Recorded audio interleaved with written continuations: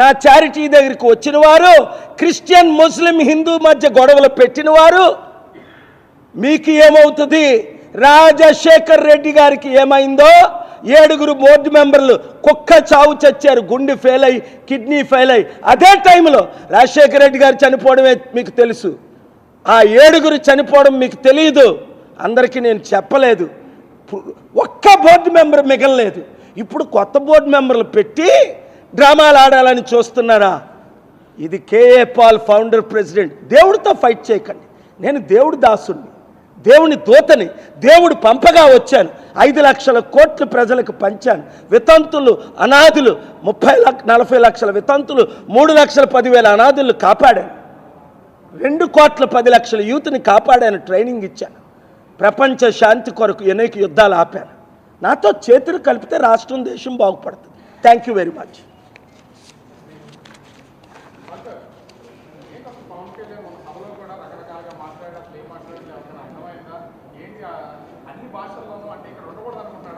చాలా మంచి ప్రశ్న మీరు అడిగింది. అందరూ జాగ్రత్తగా వినండి. నిజమే, పవన్ కళ్యాణ్ స్పీచ్ అంతా నేను విన్నాను. ఏం మాట్లాడాడో ఆయనకే తెలీదు. ఆయన మాటలు, ఇంతకు ముందు ఆడిన ప్రతి మాటకు ఆయన వ్యతిరేకంగా మాట్లాడాడు. చాలా మంచి క్వశ్చన్ అండి. God bless you. నెంబర్ 1, నేను పుట్టిన దగ్గర నుంచి సనాతన్ని అన్నాడు. ఇంతకుముందు ఏమన్నాడు? నేను చావేజు, ఊవేజు, నాస్తికుడిని. 2, మా నాన్నగారు, మా తల్లి దీపం పెడితే సిగరెట్లకు వాడుకునేవాడు అని అనేక సార్లు అన్నాడు. ఇప్పుడేమన్నాడు? మా నాన్నగారు మా ఇంటిలో రామనామమే పుట్టిన దగ్గర నుంచి అన్నాడు. 3, అలా అన్న మా తమ్ముడు పవన్ కళ్యాణ్ పుట్టినప్పుడు అక్కడ మోదీ గారు ఎలాగో ఈయనకు కూడా నొప్పులు లేకుండా, ఈ మధ్య మోదీ గారు అన్నారు, ఇప్పుడు సౌత్ ఇండియన్ పుట్టినప్పుడు పెయిన్ కూడా లేదట. అమ్మా తల్లి, వారిని క్షమించమ్మా, బతుకున్నావు నువ్వు. ఆ పవన్ కళ్యాణ్ని, నాగబాబుని నొప్పులు లేకుండా ప్రపంచంలో ఒక్కడైనా పుడతాడా? మోదీ అంటాడు, ఆయన ఏదో అంటాడు, ఆయన అబద్ధాలు. ఆయనతో పాటు మీరెందుకు ఇలాంటి అబద్ధాలు సహిస్తారు? క్షమాపణ చెప్పమండి. తల్లిని దూషించడం కాదా నొప్పులు లేకుండా పుట్టారంటే? ఎంతో నవమాసాలు మోసి శరీరాన్ని ఇంకా నేను చెప్పలేను ఆ విషయాలు. ఎంత పెయిన్ ఉంటుందండి ప్రెగ్నెన్సీలో. ఒకసారి నా కొడుకు పుట్టినప్పుడు నేను హాస్పిటల్లో 1 గంట ఉన్నాను కనుక నా కళ్ళతో నేను చూశాను. ఇంత పెయినా అని ప్రేమ, నా భార్య మీద 100 రెట్లు ప్రేమ పెంచుకున్నాను. ఇంత ఒక తల్లి అంటే, అలాంటి తల్లిని మీరు దూషిస్తారా? 4, ఇదొకటే కాదు,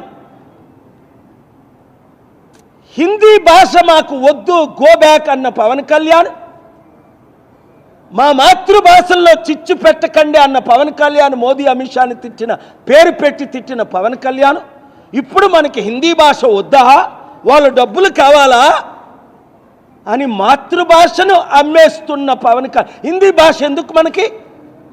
హిందీ రాష్ట్రాల్లో హిందీ భాష, తెలుగు రాష్ట్రంలో తెలుగు భాష, తమిళ రాష్ట్రంలో తమిళ భాష, కేరళలో మలయాళం భాష, కర్ణాటకలో తమిళ భాష. ఇప్పటికే 9 భాషలను సర్వనాశనం చేసిన హిందీ భాష మనకెందుకు అడగండి. గౌరవనీయులు ఈ మధ్యనే రిటైర్ అయ్యారు మాజీ వైస్ ప్రెసిడెంట్ వెంకయ్యనాయుడు గారు, చంద్రబాబు నాయుడు గారు తెలుగు భాషను ఎంత సన్మానిస్తారో, అలాంటిది ఇప్పుడు మనకు తెలుగు భాష వద్దు, ఈయనకేదో 4 ముక్కల హిందీ వచ్చని హిందీ భాష కావాలట. నార్త్ ఇండియన్ మోదీ ఆయనట, వాళ్ళ ఎమ్మెల్యేతో చెప్పిస్తున్నాడు, ఈయన సౌత్ ఇండియన్ మోదీ అట. 6 తెలుగుదేశాన్ని ఈయనే గెలిపించాడట.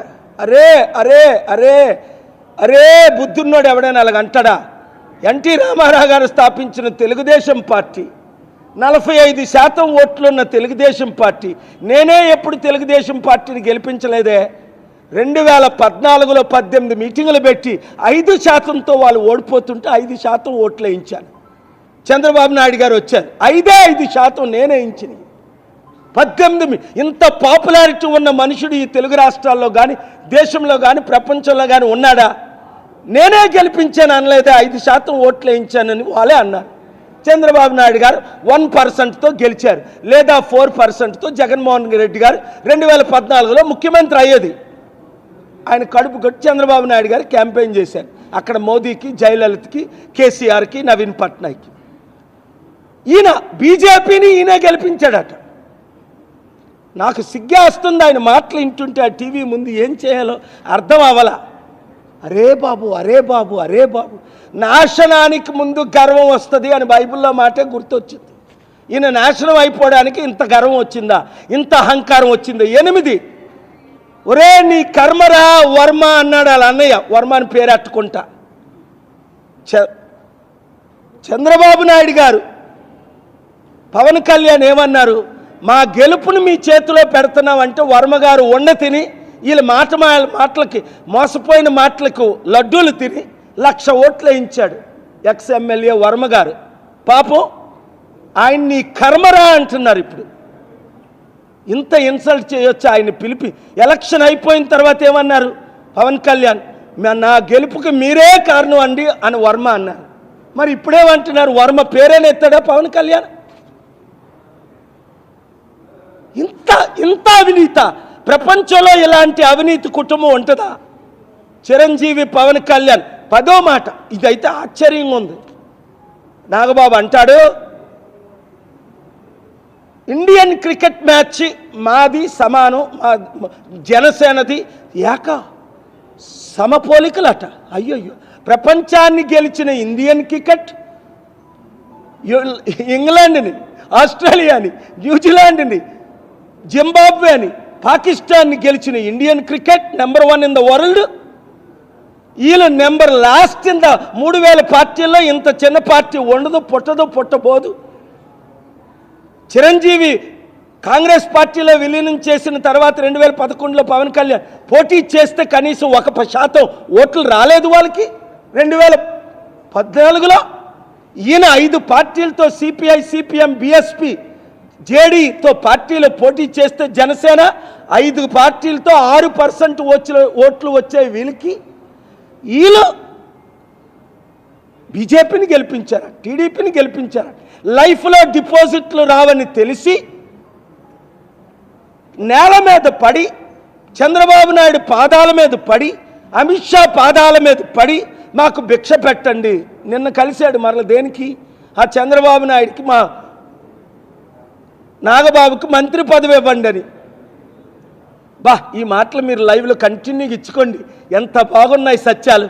ప్రతి ఒక్కరు ఇచ్చుకోండి మీ రేటింగ్లు. లైవ్లు ఇచ్చిన వాళ్ళందరూ ఎడిట్ చేయకుండా దేవుడు దీవించునుగాక. లైవ్లు ఎవరి వారిని దేవుడు క్షమించడు, చెప్పించుగాక అన్న అప్పుడే ఆ టైం కూడా వస్తుంది. ఎందుకు? సత్యం ప్రజల ముందు తీసుకెళ్లాలా వద్దా మీడియా? నేను ఎవరినైనా తిడుతున్నానా, సత్యం మాట్లాడుతున్నానా? ఆ పవన్ కళ్యాణ్ ఇండియన్ క్రికెట్ మ్యాచ్తో నాగబాబు పోల్చుకునే కంటే ఇంకా మా ముగ్గురు, మీ చిరంజీవి, పవన్ కళ్యాణ్, నేను, నాగబాబు, బ్రహ్మ, విష్ణు, మహేశ్వరులు అంటే బాగున్నేమో, లేదా తండ్రి, కుమార, పరిశుద్ధాత్ములు అంటే బాగున్నేమో.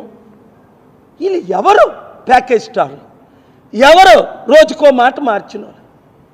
మోదీని, అమిత్ షాని తిట్టి ఇప్పుడు మోదీని, చంద్రబాబు, లోకేష్ని తిట్టి ఇప్పుడు వారు భిక్షతో బతుకుతున్నవారు. మేము వారిని గెలిపించాం. ఆ చంద్రబాబుకైనా బుద్ధి ఉందా అనిపిస్తుంది ఒకసారి. పావుని పెంచినట్టు దత్తపుత్రుడు అనుకోని పుత్రుని పెంచుతున్నావా నువ్వు? లేదా పామునే దత్తత చేసుకొని పెంచుతున్నావా? ఇప్పుడు నిన్ను మింగే స్థాయికి వెళ్ళిపోయాడా లేదా? చంద్రబాబు గారు ఒకసారి కలవండి నన్ను. ఆ జగన్ కలవలేదు. ఇప్పుడైనా సరే జగన్మోహన్ రెడ్డి నన్ను కలిస్తే, ఒక్కసారి ఓపెన్గా కలిస్తే 7 రోజుల్లో రెడ్ బుక్ని క్లోజ్ చేస్తా, నా ప్రేయర్ బుక్ని ఓపెన్ చేస్తా. మరలా ఒక్క వైసీపీ నాయకుడిని అరెస్ట్ చేయకుండా స్పిరిచువల్గా, లీగల్గా, పొలిటికల్గా, స్ట్రాటజిక్గా ప్లాన్ చేసి 7 రోజుల్లో జగన్మోహన్ రెడ్డి గారు నన్ను కలిసిన 7 రోజుల్లో రుజువు చేస్తా.